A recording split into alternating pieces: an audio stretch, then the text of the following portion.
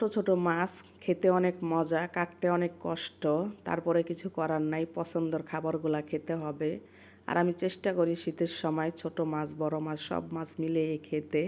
আসলে সব কিছুই চেষ্টা করি আলহামদুলিল্লাহ, আর সব কিছুর মধ্যে আলহামদুলিল্লাহ ছোট বড় সব কিছু মিলিয়ে জিলিয়ে ভালো আছি আলহামদুলিল্লাহ, আল্লাহর কাছে লাখো কোটি শুকরিয়া।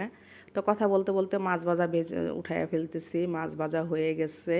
তো মাছটা এভাবে শুকনায় রাখবো, আর এই মাছটা শুকনা খেতে মজা লাগে। তো মাছ ভাজার তেলে পেঁয়াজ দিয়ে দিলাম, পেঁয়াজটা একটু ভাজা ভাজা করে রসুন বাটা দিয়ে দিলাম। এখানে মাছটা মাখিয়ে রাখছিলাম পাতিলে, সে পাতিলটা ধুয়ে পানি দিয়ে দিলাম, হলুদের গুঁড়া মরিচের গুঁড়া স্বাদ মতন লবণ দিয়ে মশলাটা কষিয়ে আলু বেগুন দিয়ে দিলাম।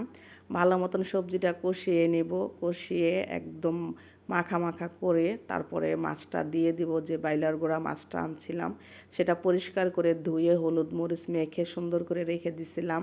তো মাছটা দিয়ে দিছি, আর অল্প একটু পানি দিয়ে দিলাম, পানিটা দিয়ে একদম শুকনা শুকনা করে চচ্চড়ি করে নেব। আর এখানে কিছু ধনিয়া পাতা দিয়ে তরকারিটা নামায়ে ফেলছি। আর এইভাবে ছোট বড় সব খাবার মিলিয়ে ঝিলিয়ে দুপুরের খাবারগুলো প্রতিদিন তোমাদের সাথে শেয়ার করতে পারি না, তারপরও চেষ্টা করি। তো এই তো সব কিছু মিলিয়ে ঝিলে আলহামদুলিল্লাহ আল্লাহর নিয়ামত খাই। তো সবাই ভালো থাকো, সুস্থ থাকো।